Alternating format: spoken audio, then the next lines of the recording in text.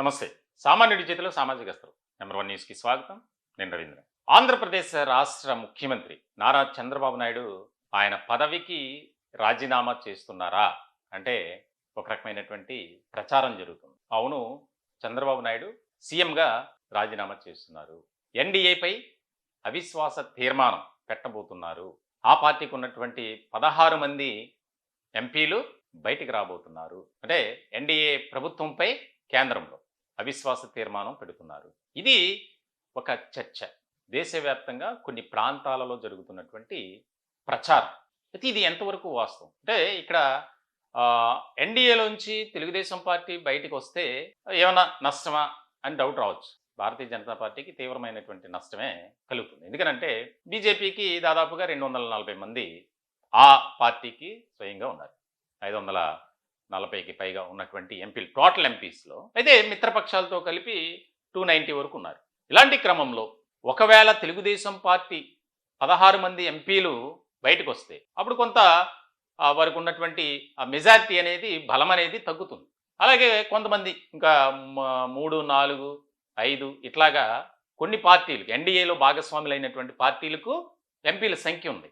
వారిని కూడగట్టుకొని బయటకు వచ్చేస్తే భారతీయ జనతా పార్టీ ఇప్పుడు ఎన్డీఏ గవర్నమెంట్ అనేది కొలాప్స్ అవుతుంది, డిజాల్వ్ అవుతుంది అనేది. దీనికి సంబంధించి ఎందుకు ఈ చర్చ జరుగుతుంది, ఎందుకు ఈ రకమైనటువంటి ప్రచారం అనేది బయటకు వచ్చింది అనే దాని మీద ఒక దేశవ్యాప్తంగా రాజకీయ వర్గాల్లో ఆసక్తికరమైనటువంటి చర్చ జరుగుతుంది. ఇందులో వాస్తవం ఎంత అనేది ఇక్కడ మనం అర్థం చేసుకోవాలి. అంటే నిప్పు లేకుండా పొగ రాదు అనేది ఒక సామెత ఉంది. మరి ఎందుకు ఇలా వచ్చింది అంటే తెలుగుదేశం పార్టీలో ఒక చర్చ జరిగింది ఎక్కడో ఒక చోట, ఎంపీల్లో కానీ రాష్ట్ర రాజకీయాల్లో కానీ మొత్తానికైతే ఒక చోట దీనికి సంబంధించి ఇలా చేస్తే ఎలా ఉంటుంది అనే ప్రతిపాదన కానీ డిస్కషన్ కానీ నడిచింది అనేది బాగా వినిపిస్తున్నటువంటి మాట.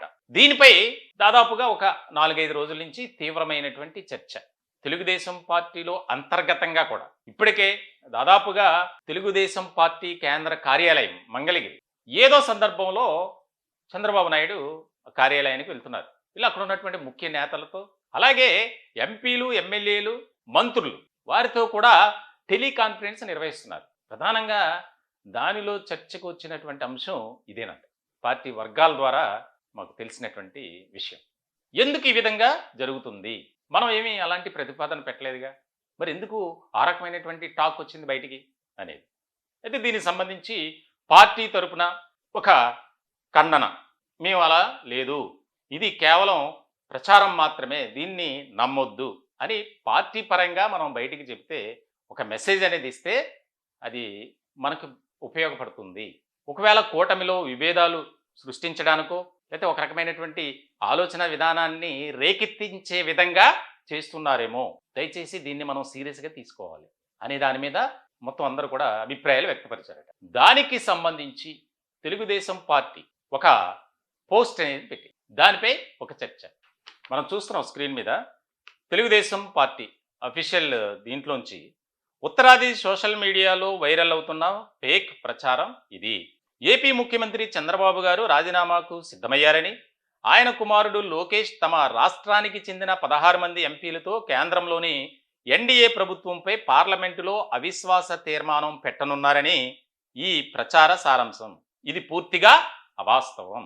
చూడండి, చాలా క్లియర్గా ఇందులో పొందుపరిచారు. మరొకసారి నేను చదువుతున్నాను. ఉత్తరాది సోషల్ మీడియాలో వైరల్ అవుతున్న ఫేక్ ప్రచారం ఇది. ఏపీ ముఖ్యమంత్రి చంద్రబాబు గారు రాజీనామాకు సిద్ధమయ్యారని, ఆయన కుమారుడు లోకేష్ తమ రాష్ట్రానికి చెందిన 16 మంది ఎంపీలతో కేంద్రంలోని ఎన్డీఏ ప్రభుత్వంపై పార్లమెంట్లో అవిశ్వాస తీర్మానం పెట్టనున్నారని ఈ ప్రచార సారాంశం. ఇది పూర్తిగా అవాస్తవం. దానికి సంబంధించి ఒక ఛానల్లో వచ్చినటువంటి ఇమేజ్ను దాంట్లో పెట్టి అది దానికి ఒక స్టాంప్ వేసినట్టు ఫేక్, FAKE అని ఫేక్ అని ఒక ముద్ర వేసి ఈ పోస్ట్ పెట్టారు.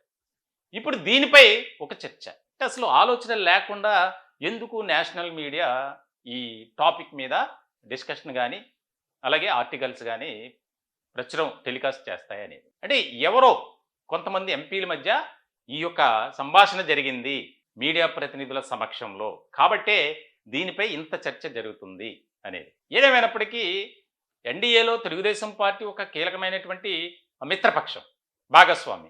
2024లో జరిగినటువంటి ఎన్నికల్లో తిరుగులేనటువంటి మెజారిటీ స్థానాలు సాధించినటువంటి పార్టీ తెలుగుదేశం పార్టీ.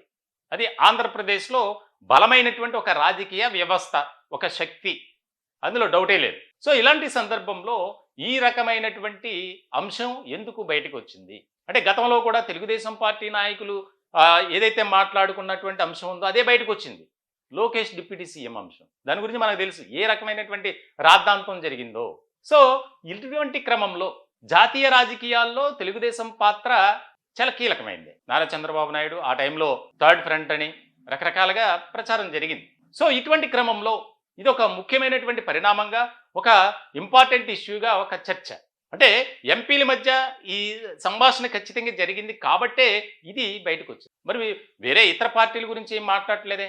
కాకపోతే తెలుగుదేశం పార్టీకి 16 ఎంపీ స్థానాలు, ఎన్డీఏలో ఉన్నటువంటి మిత్రపక్షమైనటువంటి తెలుగుదేశం పార్టీ, మిగిలిన వారికి చాలా తక్కువ 2, 3, 4, 5 ఇట్లా ఉన్నాయి. కాబట్టి ఎలా అయినా సరే తమ పట్టు ఒక రకమైనటువంటి బలమైనటువంటి పార్టీగా మనం చూపించాలి. కాబట్టి ఈ రకమైనటువంటి ఒక ఇష్యూ బయటకు వస్తే తెలుగుదేశం పార్టీకి డోకా లేదు, ఎలాంటి ఇదే లేదు. ఎందుకంటే ఇప్పటికే ఆ 16 మంది ఎంపీల్లో ఇద్దరికే కేంద్ర మంత్రి పదవులు ఉన్నాయి, రామ్మోహన్ నాయుడు అలాగే పెమ్మసాని చంద్రశేఖర్, ఇద్దరు కూడా. సో ఇటువంటి సందర్భంలో అత్యంత ప్రాధాన్యత ఇస్తుంది బీజేపీ తెలుగుదేశం పార్టీకి. మరి ఈ రకమైనటువంటి విధానంలో ఒక రకమైన ప్రచారం అనేది అది కరెక్ట్ కాదు.